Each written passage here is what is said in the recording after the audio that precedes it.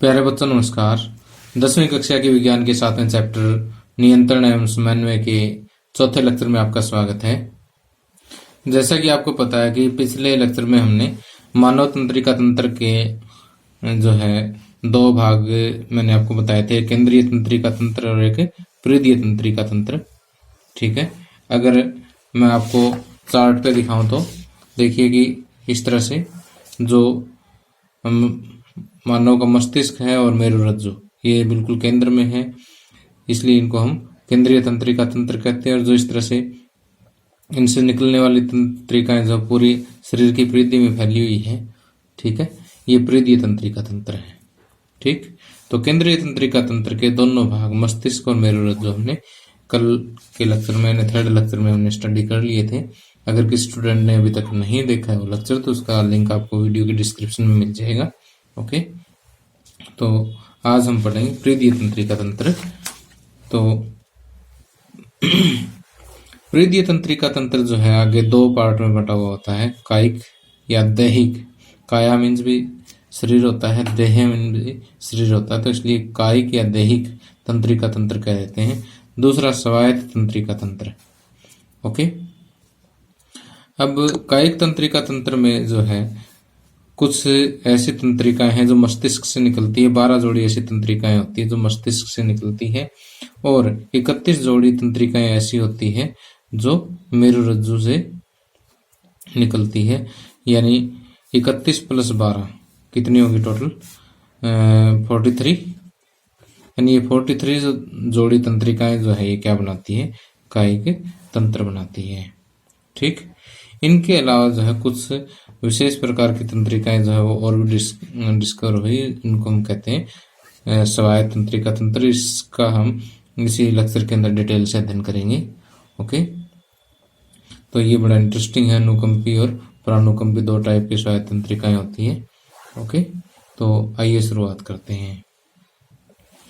अब देखिए कि परिधीय तंत्रिका तंत्र क्या होता है कि ये केंद्रीय तंत्रिका तंत्र को यानी मस्तिष्क और मेरुरज्जु को किसके साथ जोड़ता है? शरीर की पेशियों के साथ, उसके ग्रंथियों के साथ और संवेदी अंगों के साथ जोड़ता है।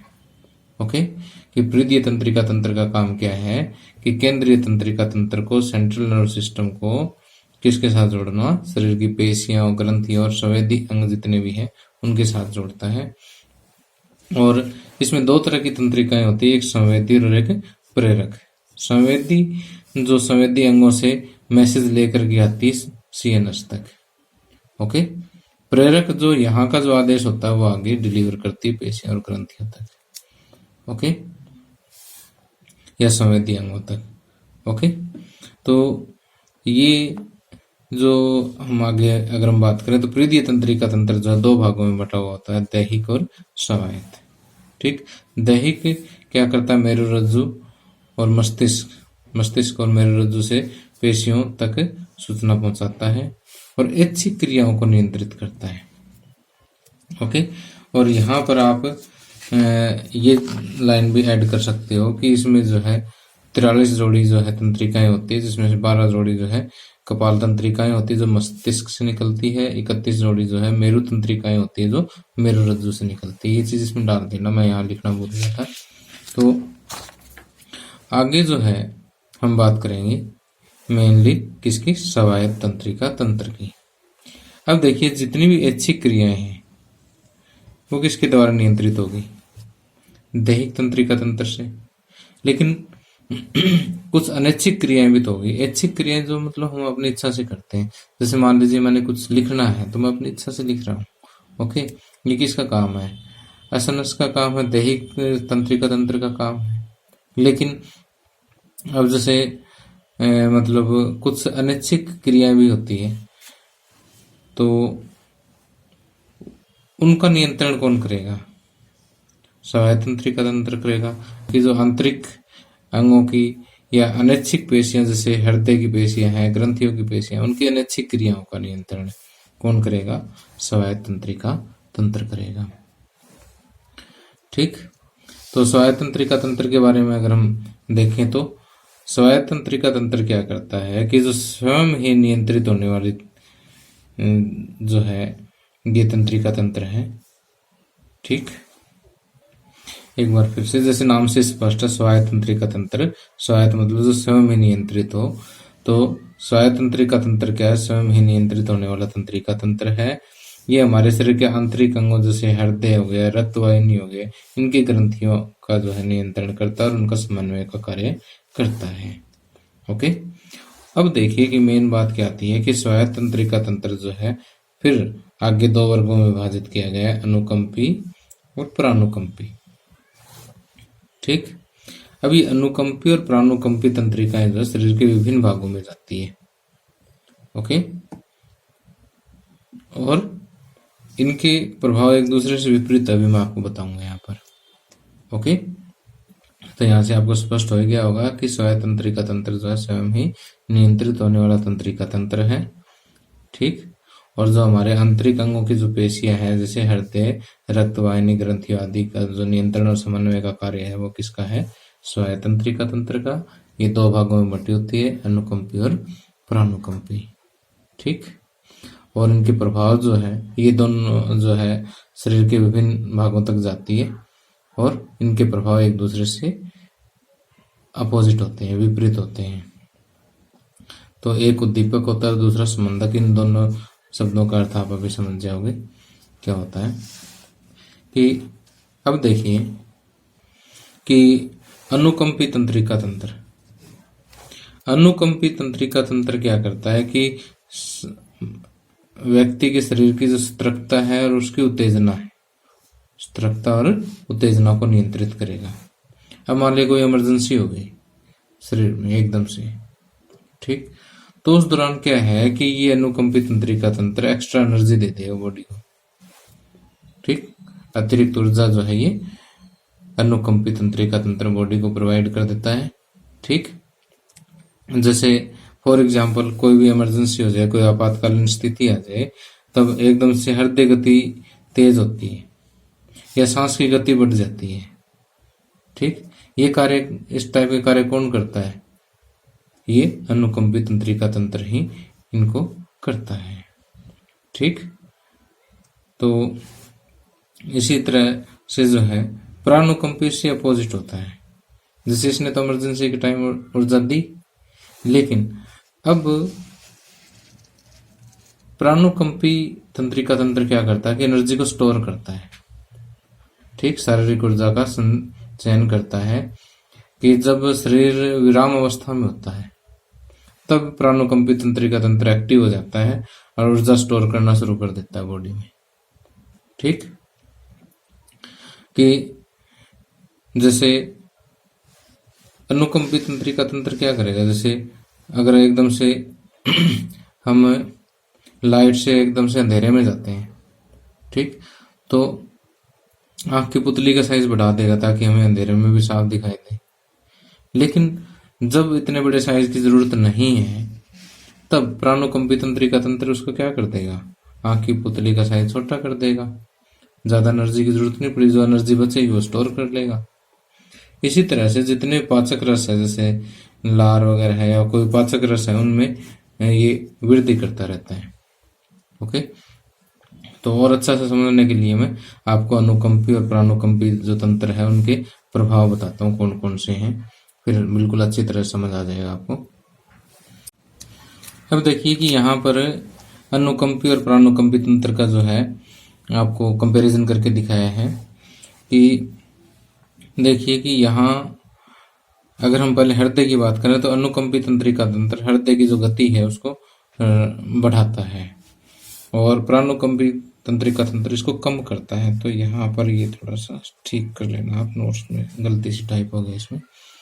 तो ये इसको बढ़ाता है और ये इसको कम करता है। ओके, अगर हम नेत्र पर प्रभाव देखें इन दोनों तंत्रिका तंत्रों का, तो पुतली के साइज को अनुकंपी तो बढ़ाएगा और प्रानुकंपी उसके आकार को कम करेगा।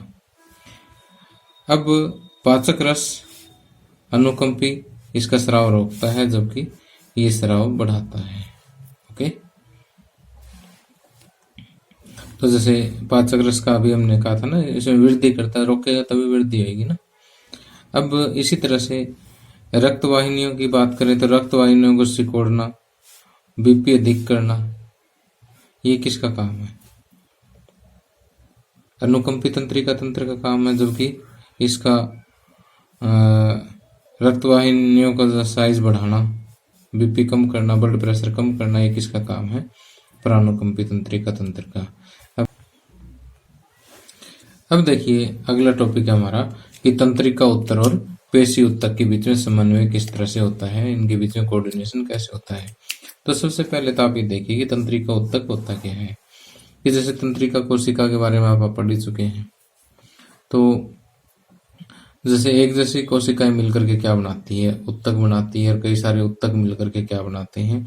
एक अंग तंत्र बनाते हैं। तो तंत्रिका उत्तकों, जैसे हम ये कह सकते हैं कि सारा जो तंत्रिका तंत्र है वो किसका बना होता है? तंत्रिका उत्तकों से मिलकर के ही बना होता है। तो ये तंत्रिका उत्तक क्या करते हैं? एक तो सूचना एकत्रित करते हैं, ठीक है। जो सूचना इन्होंने इकट्ठी की, उन सूचनाओं को कहाँ भेजेंगे? शरीर यानी इसको सीएनएस में भेजेंगे, ठीक। कि केंद्रीय तंत्रिका तंत्र में भेज देंगे, शरीर की बजाय केंद्रीय तंत्रिका तंत्र लिख दो। वहां क्या होगी? सूचना संसाधित होगी, ठीक। और जो संसाधित सूचनाएं हैं उनके आधार पर जो निर्णय लेने का काम है वो किसका है? तंत्रिका उत्तक का है। वो उस मैसेज को जो है आगे संवाहित करेगी, कहाँ तक पहुंचाएगी? आगे पेशी उत्तक तक पहुंचाएगी, ठीक। अब पेशी उत्तकों में कुछ एक प्रोटीन होते हैं जिनकी रीअरेंजमेंट होगी, तो फिर उन पेशी उत्तकों की क्या होगी? गति होगी, ठीक। पेशी उत्तकों की गति करवाती है, ठीक। तो इस तरह से जो कोशिकीय स्तर पर जो है पेशी कोशिकाएं जो अपनी आकृति बदल लेती है, और जिससे पेशियों में क्या होती है? गति होती है। अब देखिए कि जो अभी मैंने आपको बताया वो आप यहाँ नोट्स में से देख करके पढ़ भी सकते हैं आसानी से। और ये जो फ्लो डायग्राम है ये इसी तंत्रिका उत्तर और तंत्रिका उत्तक और पेशी उत्तकों के बीच के समन्वय को दर्शाता है। कि जैसे कोई भी ज्ञानेंद्रियों से जो सूचना आएगी वो संवेदी तंत्रिकाओं से होती हुई कहाँ जाएगी? सीएनएस में जाएगी, केंद्रीय तंत्रिका तंत्र में जाएगी। वहां पर क्या होगा? सूचना प्राप्त होने के बाद सूचना संसाधित होगी और वहां पर कोई निर्णय होगा, अनुक्रिया उत्पन्न होगी, तो फिर कहाँ जाएगी? उसके बाद प्रेरक तंत्रिकाओं में जाएगी। प्रेरक तंत्रिकाएं फिर क्या करेगी? प्रेरक तंत्रिका फिर पेशी उत्तकों को जो है मैसेज देगी, और मैसेज देने का जो स्टाइल है मैंने बताया था कि विशेष प्रकार के प्रोटीन की आकृति और व्यवस्था दोनों बदल जाती है, जिसकी वजह से पेशियों में मूवमेंट होती है। ओके।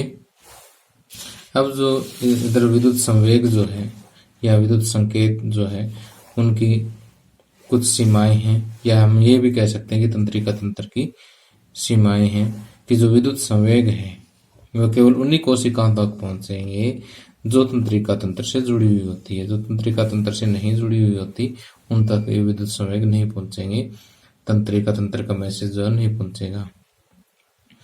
अब एक बार आवेग जैसे उत्पन्न हो गया, उसके बाद नया आवेग उत्पन्न करने में कुछ न कुछ समय लगता है, ठीक। लगातार आवेग उत्पन्न नहीं होते यहाँ पर।